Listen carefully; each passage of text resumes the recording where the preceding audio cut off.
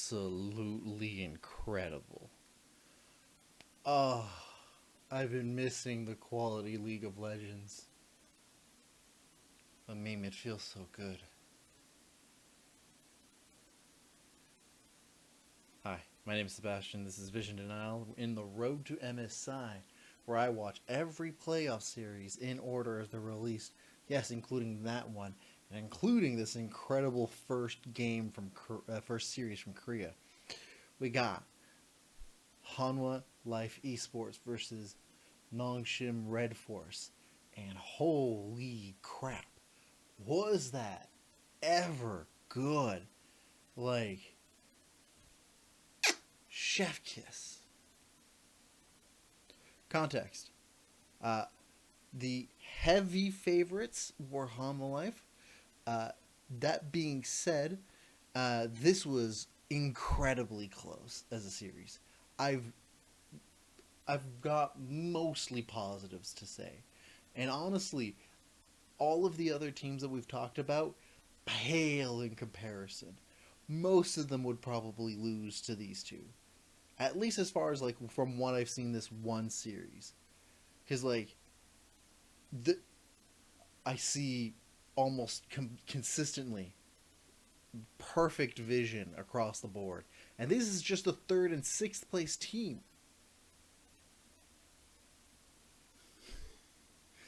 Like, so like, all right, positives. Not a single repeat in stylization with drafts of all 5 games. The losing team always the one to adapt and try to do something different. And if there is a repeat, it's not like 2 games in a row. It's literally from like game 2 to game 5, and like I barely notice. And it feels so good because it feels like they're actually adapting to a series. I just wish that more teams would do that. Even like if you win, like none of the teams were trying to repeat anything. Like I feel a little miffed, like slightly, that like the first round bans for both sides stay mostly the same, where their third ban is what's different for both sides, and that's where they adapt. But like I'll take that over literally getting the same style of composition over and over again. Now, if you watch the series, which I highly recommend, so good. Uh, the I would recommend. I would note that a lot the casters talking about how like HunwahLife plays a similar heavy dive comp. I slightly disagree with them because the approach to the way you would go for their win conditions is significantly different than what they had in the first 2 games. So like keep that in mind. Uh, what else? Chovy, and like I've never seen. Well, I have, but like so far out of all the playoff series, Chovy's definitely the highest skill gap amongst all of the other players. Like this is some. Whoo! Give me a moment. Uh, the vision is consistent for both teams. I don't think there's ever a moment where I feel like they've wasted their time placing vision. It's incredibly efficient, and the opposing team would always try to come in to deny the vision later on, or they play with information in a way that's very consistent. And I mentioned this like with such enthusiasm because it was like these things were missing, like either partially or completely for the last 15 best of fives. Like even Rogue versus Mad Lions, which was my favorite one at that time, was like severely lacking in this high quality of gameplay. And this is not even the 2 best teams of this region. And we still have yet to hit China and like Vietnam and Southeast Asia, which are usually like the other really high quality teams. Well, I mean Southeast Asia is like up and down, but like we still have two other regions with high quality games, and this is the level we're looking for. Like, there is such a huge difference. One moment. My cat wants me to bring her in again.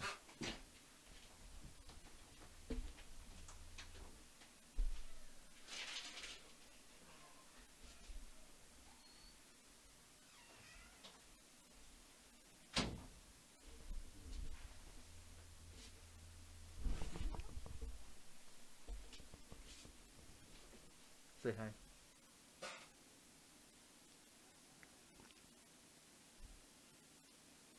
Cool.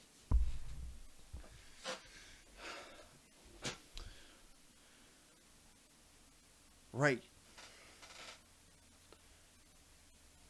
I can't stress enough how, like, incredible, like, there is, if this is the continuation of how these minor regions as well as North America and Europe go for their series, I don't think they'll do well against Korea. This is like a significantly bad time. And I refrained from like talking about, because the how the region distribution is going to be happening in MSI has already happened. I will talk about that when we get through all of the games. But unfortunately, I've seen all the teams so far that have played, like all the regions that have played, and that Korea was placed with, and like there's way too big of a gap there. There's seriously just way too big of an issue. So I'm going to condense this specifically to this series. Uh, Now, unfortunately, we're going to talk about Nongshim Red Force because they were eliminated. Uh, they don't have a chance to come back. Korea does not have a losers bracket, unlike the other regions, which is unfortunate because I feel like, given another chance, the way they played this series, they probably would have done better even under the losers bracket and probably would have come back. But you know, this is the first year Korea decided to like drift away from their King of the Hill format, which I appreciate 100%. But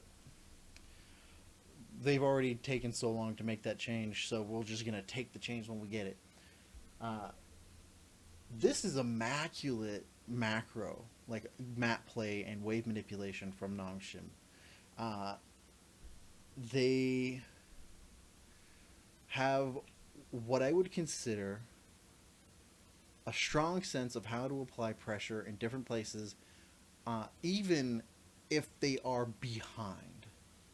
And this is the weirdest thing to wrap your head around, because there are many times where laning phase would end and they would be behind in gold, and yet the waves in 2 out of 3 of the lanes would be pushed in.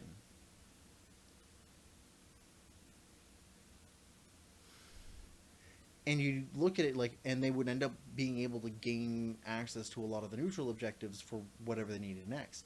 Now, this doesn't always happen, right? Out of the natural consequences of their laners not being necessarily stronger than their opponents all across the board is that this is not a consistent factor, but it happened enough for them to be able to play around it. Like,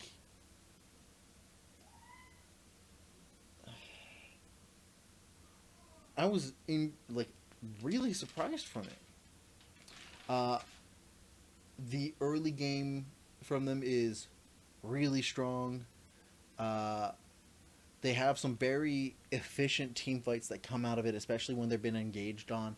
And I've harped about before, like how they shouldn't be like focusing on, like teams should focus on being able to react or punish. But in this circumstances, it's not just from the way that they get engaged on. They're usually also the ones that take advantage, and when they like they do both the engaging and also the proper reacting and punishing whenever there's been a misplay.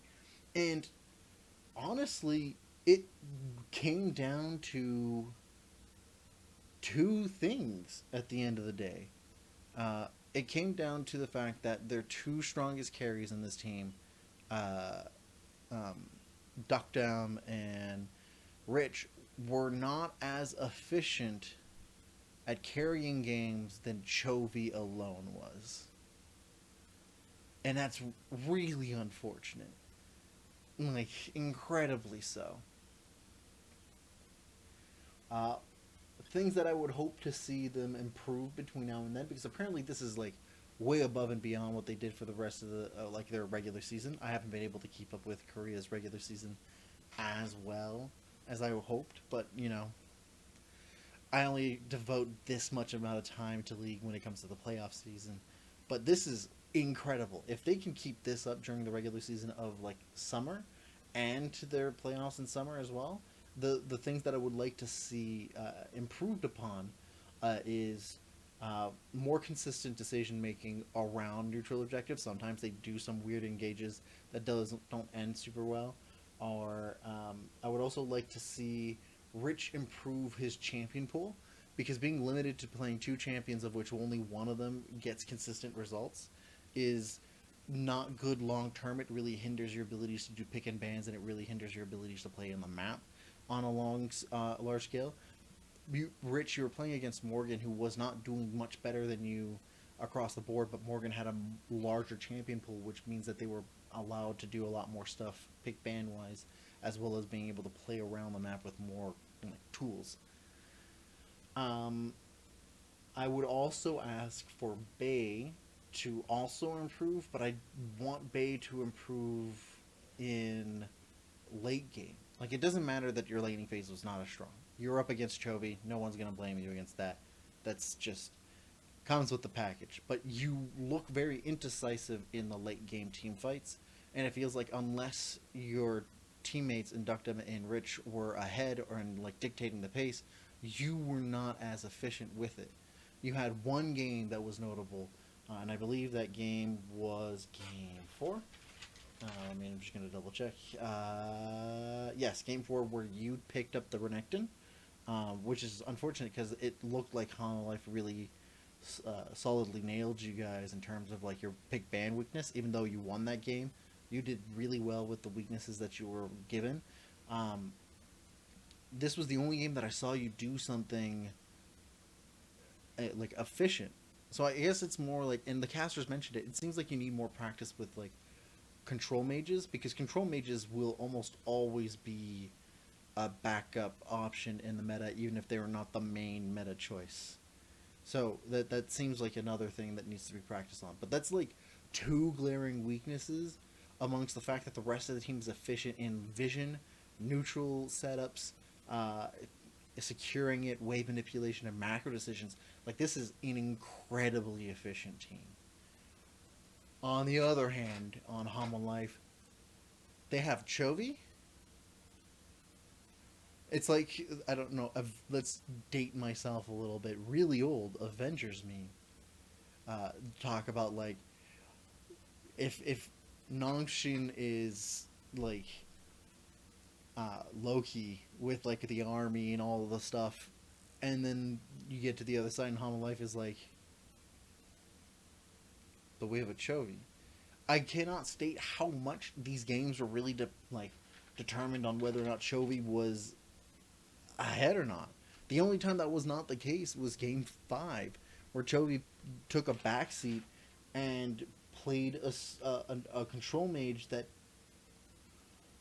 really is more like not as efficient, or not efficient, but not as like impactful game wise as, like, I don't know, the Victor that he had, or the Renekton. He also played the Renekton. That's why they kind of stole it.